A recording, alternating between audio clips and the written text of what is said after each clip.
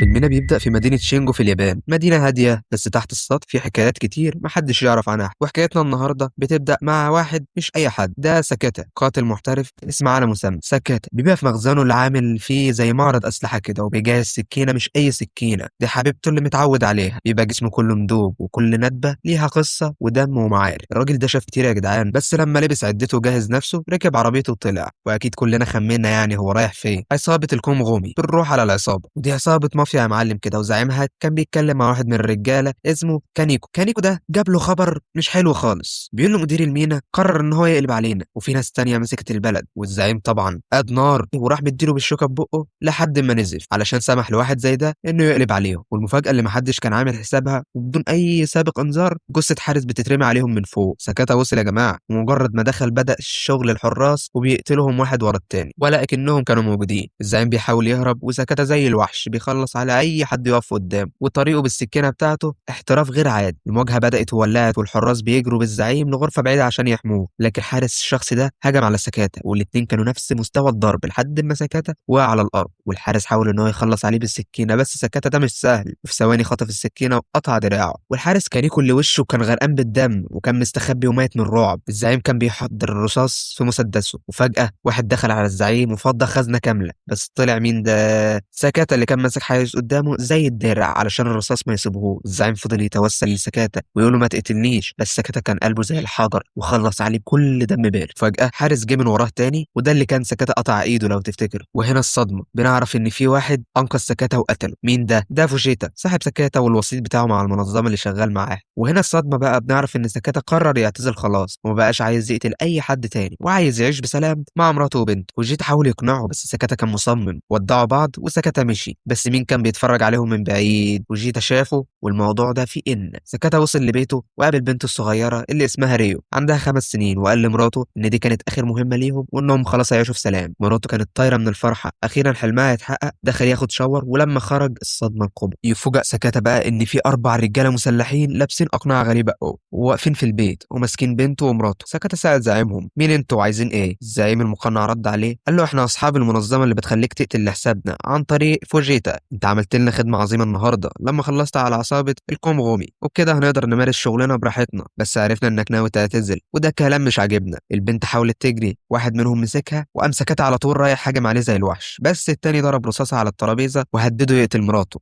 المقنع التاني فضل يضرب في سكتها بدون اي رحمه، واللي مش قادر يعمل اي حاجه علشان خايف على مراته وبنته. مراته فضلت تتوسل لهم يسيبوه ويسيبوا بنتي وما تاذوهاش. واحد قال لها صدعتينا، وضربها طلقه في دماغها جاب اجلها، وماتت قدام عين سكات. سكاتا كان في حاله صدمه، وفضل يتوسل ليهم ما يقتلوش بنت، بس الشخص اللي لابس قناع احمر وجه السلاح ناحيه ريو. قام سكاتا صرخ فيها وقال لها اجري يا ريو بسرعه. البنت جريت ناحيه الباب، بس قبل ما توصل الزعيم ضرب عليها رصاص. ريو ماتت قدام عينه. سكاتا انهار، حياته اتدمرت في لحظه. الزعيم المقنع هو اللي دمر حياه سكاتا، وفي لحظه بص له وقال له بكل برود المدينه دي فيها اسطوره بتقول ان كل 50 سنه بيظهر شيطان جديد بيصحى من وسط الناس، واحنا مهمتنا اننا نقضي على الشيطان ده، وانت يا سكاتا انت شيطان المدينه الجديد، لازم نخلص عليك. سكاتا على الرغم من الصدمه عينه كانت بتطق شرار، وقال بصوت كله غضب هقتلكوا كلكم مهما طال الزمن. بس قبل ما يقدر يعمل اي حاجه، واحد منه ضرب طلقه على دماغه، وبعدها حط المسدس في ايده عشان تبقى بصماته عليه، وكأن هو اللي قتل مراته وبنته، وبعدين انتحر. وبعدها البوليس وصل والتحقيقات اتقفلت خلاص. سكاتا هو اللي قتل، وسكاتا هو المنتحر. مرت 12 سنه بقى يا صديقي على الكابوس ده، وفجاه سكاتا لسه عايش. طلقه ما موتتوش، لكن سابت له عاهه مستديمه، شلل في الاعصاب وجسمه كله مشلول، وحتى مش قادر يتكلم. النهارده يوم خروجه من السجن بعد ما قضى مده العقوبه. مين اللي استقبله؟ فوجيتا. ايوه فوجيتا صاحبه اللي خانه في الجزء الاول. فوجيتا جه وخرجه من السجن على كرسي متحرك، وخده على شقه جهزها له علشان يعيش فيها، وساب له السواق بتاعه علشان يراعيه وياكله ويديله الدواء. لكن حياه سكاتا كانت اتحولت لجحيم، بس امل في الانتقام لسه عايش جواه. في نفس الفتره دي كان في مؤتمر صحفي كده لعمده المدينه الجديد اسمه سونهار. الراجل ده تولى الحكم من 10 سنين بالظبط، ومن وقتها هو عامل مشاريع ضخمه جدا وشغل ناس كتير، وبسببه اقتصاد المدينه بقى حديد بعد ما كانت على حافه الافلاس. ودلوقتي بيجهز لمنتجع سياحي عملاق في قلب المدينه، مشروع هيطير المدينه بعيد قوي وهيوديها في حته تانية خالص. لكن وسط كل المجد الصحفي ده، صحفي شاطر كده اسمه كامياما وقف وساله سؤال يوجع: يا سياده العمده، ليك فضل كبير على المدينه، وعلى الجانب التاني في ناس بتختفي من المدينه السنين اللي فاتت ومحدش عارف عنها حاجه، وكمان كل المعارضين ليك ماتوا في ظروف غامضه جدا، ده غير التهجير اللي انت بتعمله للناس علشان تبني مشاريعك براحتك، وتحقيقاتي بتثبت تورطك في كل اللي بيحصل ده. سونهار رد عليه بكل غضب السبب وقال له كلامك غلط، مفيش اي دليل، والناس اللي اختفت انا ما اعرفش عنهم اي حاجه، انت هدفك تشوه سمعه المدينه اللي تعبنا سنين علشان احنا نوقفها على رجلها تاني. في الايام اللي بعد المؤتمر السواق كان بيراعي سكاتا بحنيه، وفوجيتا كان بيزوره باستمرار من يوم للتاني. في يوم السواق خد سكاتا علشان يشم هوا، وهم راجعين للبيت السواق شال سكاتا على ظهره علشان يطلعوا الشقه، وفجاه واحد هجم عليهم وضرب سكاتا بالسكينه في دراعه. مين ده؟ ده نفس الحارس اللي سكاتا قطع له دراعه لما خلص على عصابه الكونغومي زمان. الراجل ده جاي ينتقم بقى، ولما شاف سكاتا مشلول ومش دريان باللي بيحصل سابه ومشى. السواق جرى بيه على المستشفى على طول، وفضحة العصابه الجديده بدات تبان. فاكرين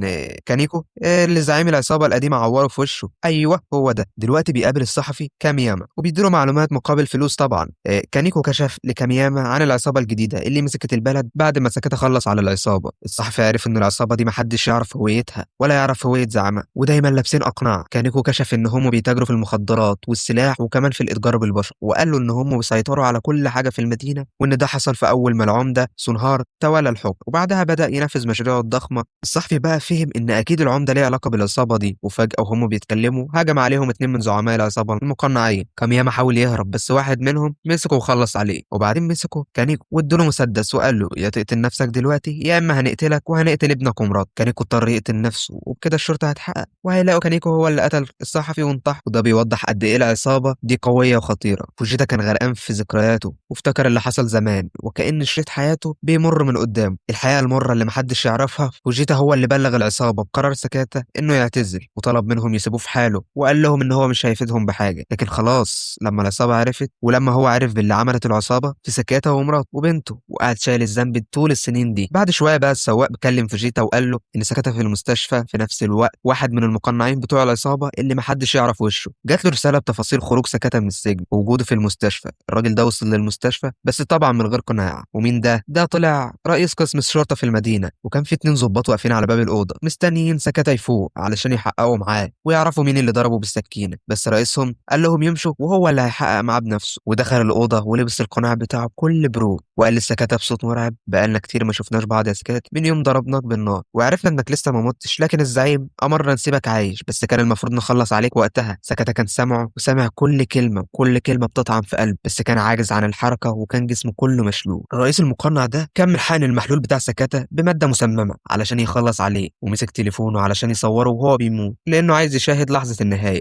لكن فجاه وبدون اي مقدمات سكاتا حرك عينه، ودي كانت اول اشاره. بعدها قام واقف على رجليه وقع تاني، بس فضل يزحف بكل قوته لحد ما مسك رجل الراجل المقنع وقام سحبه بسرعه من رقبته وحدفه على السرير. المقنع خبط دماغه وقام واقف بصعوبه. في نفس اللحظه دي الظباط اللي بره سمعوا صوت الخبط ودخلوا على الرئيس المقنع، ولكنه قلع القناع بسرعه وقال لهم ان سكاتا جاله صرع. وقع من على السرير. الظابط حط سكاتا على السرير، وفجاه المقنع حط المخده على دماغه وضربه رصاصه، وطلع ان الظابط التاني ده من ضمن العصابه. وللاسف الدكتور حظه نحس كان معدي وبالصدفه شاف اللي حصل. ولكن الصدمه الاكبر سكاتا وقف بسرعه من تاني وهجم على المقنع ده والظابط التاني وحاول يضربه، بس سكاتا تفادى الضرب ووقعه من الشباك. سكاتا مسك الخرطوم بتاع المحاليل وخبط بيه المقنع، ولكنه فلت منه. سكاتا جري عليه بسرعه وكتفه بالقماش، واول ما مسكه فضل يخنق بيه بكل قوته لحد ما مات اخيرا. وبعد شويه فوجيتا وصل هو والسواق بتاع سكاتا وخرج من المستشفى. كان لسه بيتحرك بصعوبه لكنه استجمع كل قوته وقدر يفرد ظهره، ونظره الانتقام في عينيه كانت واضحه، وقرر يكمل رحلته اللي بدات من 12 سنه. فوجيتا كان مسؤول ومستغرب ازاي سكاتا قدر يمشي تاني. الشيطان رجع اقوى واخطر من اي وقت مضى. وصلت للعصابه، واحد منهم عنده مصنع خرد لكنه مجرد ستاره كده. المصنع ده مركز لتجار المخدرات، والشخص التاني اللي قتل مرات سكاتا بدم بارد بيشتغل في تهريب البنات علشان يتاجر فيهم. والمفاجاه الزعيم كان مبسوط لما عرف ان سكاتا رجع. قال لهم سكاتا هو الشيطان الجديد بتاعنا، وكان وقتها موجود في معبد في الغابه وبيرقص بالسيف وبيعمل طقوس غريبه جدا، ولكن بيقولوا ان هي ليها علاقه بالاساطير بتاعته، وكانه كان مستني يرجع. بعد شويه فوجيتا جات له رساله من العصابه بيطلبوا منه ان هم عايزين جثه سكاتا. فوجيتا نفذ اللي بيقولوا عليه وراح هو والسواق لمصنع الخرده اللي بيديره تاكيموتو. واحد من العصابه بتاعت فوجيتا ادى للعمال الكيس اللي فيه الجثه بتاعت سكاتا. اتحرك هو والسواق بكل بساطه علشان يخرجوا من المصنع ده. العمال لما لاحظوا حطوا الكيس على السير. سكاتا خرج منه بسرعه البرق وضرب الحراس اللي موجودين على السير وطلع يجري على السلالم علشان يوصل لصاحب المصنع تاكيموتو. وشاف سكاتا في الكاميرات وهو بيدمر عماله واحد ورا التاني. راح مبلغ الحراس عند البوابه وعلى طول ضرب نار على العربيه اللي فيها فوجيتا. سواق فوجيتا بقى يا صديقي مات، وفوجيتا اتصاب بس قدر يضرب نار عليهم هو كمان موتهم. تاكيموتو بقى لبس القناع بتاعه وعرف ان المواجهه قربت، وفي الوقت ده سكاتا كان بيشق طريقه جوه المصنع، ماشي عمال يخلص في اي حد يقف في وشه. سكاتا جوه مصنع الخردة بيحول اي حاجه حواليه لسلاح، بيخبط دماغ العمال في الحيطان والسلالم والماكينات، مفيش رحمه نهائي. واحد من العمال حاول يشيله بعربيه نقل ويرميه وسط الخردة، بس كان سكاتا اسرع منه وضربه بسكينه وقتله. عامل تاني كان على العربيه متحركه بدأ يضرب نار، لكن سكاتا نط عليه وقلب العربيه وخطف سلاحه وخلص على كام حارس تاني. عمال تانيين هجموا عليه جوه العربيه، خلص عليهم بالسكينه في ثواني. سكاتا كان بيمشي في المصنع ده زي ملك الموت، محدش قادر يقف قصاده الا لما قضى عليه. واخيرا وصل للدور اللي فيه صاحب المصنع، بس بص من الشباك لقى تاكيموتو بابتسامه شريره ضغط على زرار في موبايله، وفي اللحظه دي المصنع كله اتفجر. تاكيموتو كان فاكر ان هو خلاص قضى على سكاتا. زعيم العصابه كلمه علشان يهنيه انه خلص المهمه، لكن تاكيموتو قفل التليفون فجاه بعد اللي شافه بعينيه ده. شاف منظر ما كانش يتوقعه، سكاتا خرج من وسط النار بس كان حي. وفجاه فوجيتا وصل بالعربيه وخبط تاكيموتو ووقع على الارض، وفوجيتا قعد على الارض وعينيه مليانه دموع. اعتذر لسكاتا واعترف له ان هو اللي بلغ العصابه بقرار اعتزاله، وانه السبب في موت مراته وبنته، وقال له انا استاهل الموت بسبب اللي عملته. فعلا سكاتا ما فكرش اللحظه انه يضربه بالنار، وضربه بالنار وقتله. الخيانه اندفنت مع صاحبه. سكاتا مسك تاكيموتو وعلقه وفضل يضرب بيه بكل قوته، بس تاكيموتو كان بيضحك عليه بكل سخريه ومصر على ولائه للزعيم ومش راضي يقول مكانه. في اللحظه دي موبايل تاكيموتو رن، واللي بيتصل كان الزعيم نفسه. سكاتا رد على التليفون والزعيم قال له حاجه صدمته، بنتك لسه عايشه. الصدمه كانت اقوى من اي حاجه. اتضح ان الزعيم العمده سونهار يا صديقي كان بيتكلم بكل برود وبيقول له ان كل الجرائم اللي احنا عملناها فلوسها هي اللي بتخلي المدينه تتطور، ولو ما كانتش الجرائم دي حصلت ما كانتش المدينه دي اتطورت وكانت فلست من زمان. وهدد سكاتا لو عايز تشوف بنتك تاني سيب تاكيموتو يعيش، لكن سكاتا تجاهل كلامه وقتل تاكيموتو من غير تردد. الانتقام لسنين العذاب اهم من اي تهديد. تاني يوم بقى الاخبار كانت مولعه عن الهجمات اللي حصلت بالليل، وحملوا المسؤوليه كلها لسكاتا لان صورته كانت في الكاميرات ماليه المصنع. الخبر انتشر انه مات في انفجار المصنع. وفي الوقت ده بقى بنشوف ريو بنت سكاتا كبرت وبقى عندها 17 سنه، وواحد من رجال العصابه المقنعين اسمه كاتانا هو المسؤول عن تربيتها. كاتانا بقى ده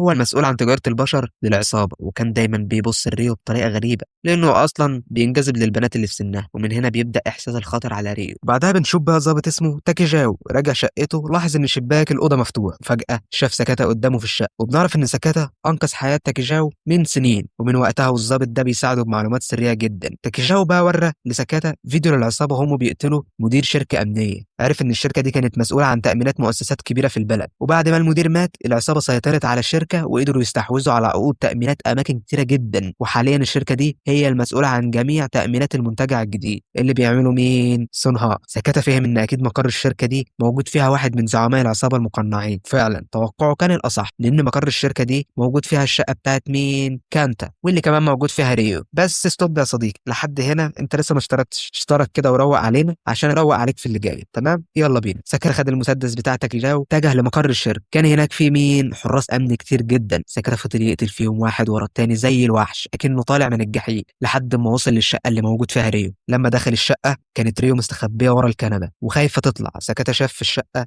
لوح كده على الجدار مليان صور لبنته مع كانت، اللي نفهم منه انه كان عامل نفسه ابوها طول السنين اللي فاتت. وفجاه كانت دخل على طول، بدا القتال ما بينهم وريو استغلت الفرصه وهربت. سكاتا كان عامل زي الاعصار بيضرب كانتا بكل قوته، وفي كل حته في الشقه كانت شاهده على العنف ده. وحاول كانتا يضرب سكاتا بالمسدس، بس سكاتا كان اسرع منه واسرع من الرصاصه، وفضلوا يضربوا بعض. كان مسك سكاتا وقعه على الارض وفضل يشتم فيه بابشع الالفاظ. في اللحظه دي يا سيدي كانتا كان بيتكلم بصوت كلام كده فكر سكاتا بحاجه، والصوت ده هو نفس الصوت الراجل اللي قتل مراته اللي دمر حياته في ثواني. كان تحاول يقتل سكاتا بالمسدس تاني، بس المسدس علق في اللحظه دي. سكاتا كان خلاص هيقرب يخلص عليه، لكن الصدمه ريو رجعت الشقه ونادت على كانتا بكلمه بابا. سكاتا اتمسمر في مكانه والدم اتجمد في عروقه، وبسرعه بنته اللي ما يعرفهاش دي ضربت سكاتا بسهم في القوس بتاعها. سكاتا كان مصدوم ومش قادر يتحرك من الصدمه، وكان استغل اللحظه دي وزقه من الشباك. سكاتا وقع في الشارع، بص من الشباك اتفاجئ لما سكاتا بيهرب بعربيه. طلع ان تاكيجاو هو اللي كان سايق العربيه وخده المكان امن. شال السهم من صدره وبدا يعالج الجرح. وبعدها تاكيجاو بقى جات له مكالمه من سونهار كان شايف كل حاجه في الكاميرات. طلب منه يدي التليفون لسكاتا. سونهار قال لسكاتا بكل برود لو عايز تشوف ريو بنتك تاني لازم تيجي للمنتجع السياحي اللي بنبنيه. سكاتا بعد ما لم جروحه راح للمخزن بتاعه، سحب سكينه مش اي سكينه، دي رفيقته في كل معركه، وركب عربيته واتحرك متجه نحو قدره الاخير، رايح ينقذ بنته او يموت وهو بيحاول ينقذها.